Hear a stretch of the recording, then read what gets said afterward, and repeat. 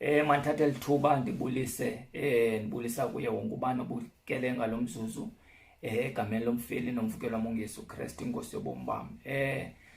Ndanamkela kweli hlelo nelibukeleyo namhlanje iprogram yethu ethi Feed My Sheep. Namhlanje ke sihleli nomfundisi mfundisi uFityoli webandla iAbundant Life Ministries. Siyabulela kakhulu uThixo komfundisi nangabantu abafana kunye naye. Ngabantu abamthobelayo uThixo, ngabantu abangumzekelo ekuhlaleni, ngabantu abayishumayela ivangeli. Ndikhe ndakhona ke kwi services umfundisi ashumayele kuzo ngaphambili, ndasikeleleka kakhulu. Umfundisi wamkelekile ehlelweni. Enkosi tata.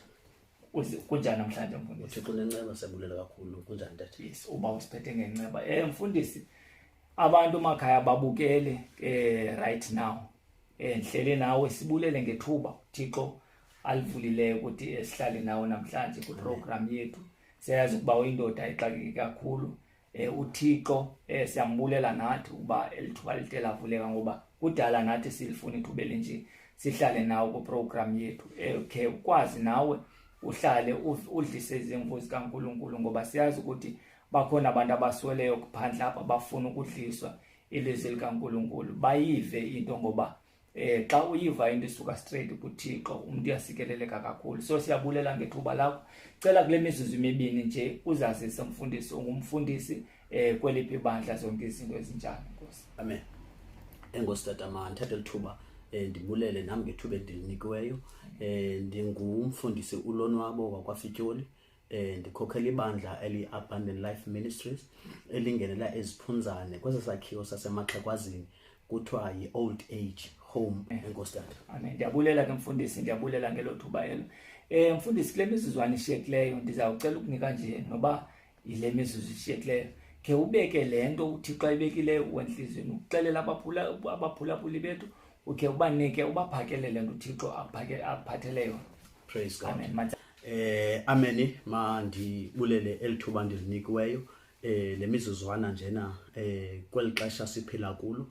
Eyona nto uThixo ayibekileyo enhlizweni yam yinto yokuthandaza. Sithandaza kuThixo osemfihlakalweni, uThixo ozivayo izikhungo zabantu bakhe. Amen.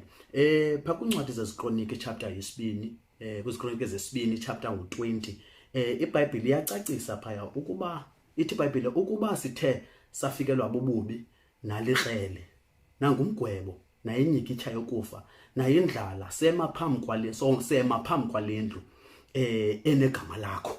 Amen. Zezinto ezuThixo asibizela xa sithe savelelwa zizinto that thina abo bantu banikwe igama likaThixo that sime ngalo singabaleki, ngoba iBhayibhile iyasixelela ukuthi zizawufika ezi zinto. Ithi iBhayibhile xa zithe zafika ezi zinto funeka si-understand that silinikiwe igama lokuthi sime sithandaze ngoba thina asimi ngamagama wethu okanye ngokubaluleka kweentsapho zethu, kodwa sima ngegama elinamandla eselinikiweyo likaYesu Kristu. Ngokukhawulezileyo ke phaa kwincwadi kaIsaiah chapter number 26 verse 20, iBhayibhile ithi hambani bantu bam ningene engotsini nizivale iingcango zenu nithandaze, praise God, ukuze igqithe lembavume okanye lengqumbo kaThixo. Ndithe xa ndicinga ke ngale vesi ndakhumbula incwadi kaMateyu phaa chapter number 6 xa ufunda phaa kuverse 1 yotsho ku6, iBhayibhile iyacacisa phaa xa ithetha iBhayibhile ithetha ngokuthandaza. Ithi makuthi xa sithandaza thina sithandaze emfihlweni, sizivalele kuze sithandaze kuThixo okwazi ukuthi asive sisemfihlweni yena zaphendule. Lixesha ke ngoku loba sizincweme singabantwana bakaThixo, lixesha loba sizivalele, lixesha lokuba singahlali nje kodwa sithandaze kuThixo ngoba sivelelwe yinyikitsha, sivelelwe yingqumbo, sivelelwe ngumgwebo. Lixesha ke ngoku loba sizivalele ze sithandaze kuThixo. Uthi iBhayibhile yena sawuthi xa sithandaze emfihlakalweni yena uyakusiva. Lixesha ke lamakholwa, ndiyanibiza nonke makholwa ukuthi ngeli xesha ibe lixesha loba nizivalele, ibe lixesha loba nihlale engontsini, ibe lixesha lokuthandaza ngoba sikholoswa kuThixo ozivayo izikhungo zamalungisa, yena uThixo ovayo umthandazo xa sisengontsini. Lixesha ke ngomakholwa that sizivalele, asizivaleli nje kodwa sizivalela ngomthandazo ngoba iBhayibhile siyalele ithi masilivale ucango. ithi singafani nabahananisi abame ezitratweni babe bengcola. Ngoku lixesha loba sizivalele sibe sekhusini sithandaze. Now I want to make a call kumaKristu onke, sizivale indlebe ngokuthetha kaSathana, kodwa silazi ukuthi elixesha elibekwe nguThixo elibekela bucala ukuthi masivale ingcango, sizivalele ngaphakathi kunye nentsapho zethu, singazivaleli nje sihlale kodwa sizivalele sikholose kuThixo sithandaze. Haleluya. Lena ke yindlela uThixo athe masithandaze ngayo xa kufika ixesha lekrele naxa kufika ixesha lenyikitha yokufa. Nangelixesha ke lecorona lixesha loba sizivalele simbone uThixo ivaya imikhungo, sobonela amandla, ngoba ithi iBhayibhile igama lalendlu liphezulu kwethu. Thina ke sinikiwe igama likaYesu, igama likaYesu Kristu elinamandla loyisayo.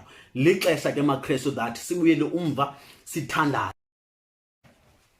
Mfundisi masibulele kakhulu. Thixo kusebenzile kakhulu, siyambulela kakhulu uThixo ngawe.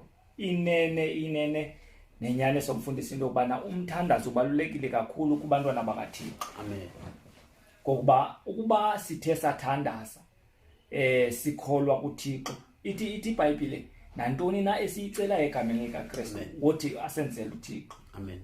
Ngoku ke xa usikhuthaza ubana nangeli xesha mfundisi kumele into bana sihlale emthandazweni, kumele sihlale sinqule uThixo lo wethu sisemfihlakalweni, ngoba yena is able to answer us.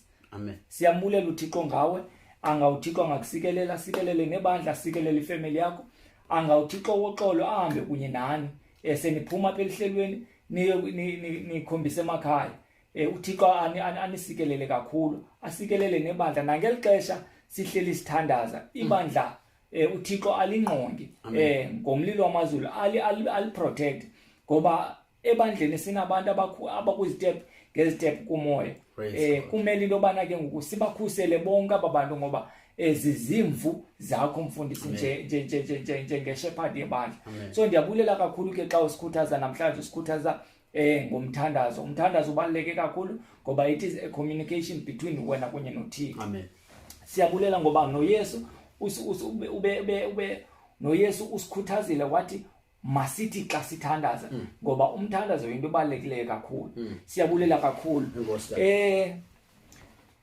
Masimbulele uThixo kakhulu ngolihlelela namhlanje. Sisikeleleke kakhulu umfundisi oFityoli ebelapha we-Abundant Life Ministries ezokushumayela, ezokuthetha kunye nathi ngezwi likaThixo. Siyambulela kakhulu uThixo ngabantu abafana naye. uThixo woxolo angamsikelela.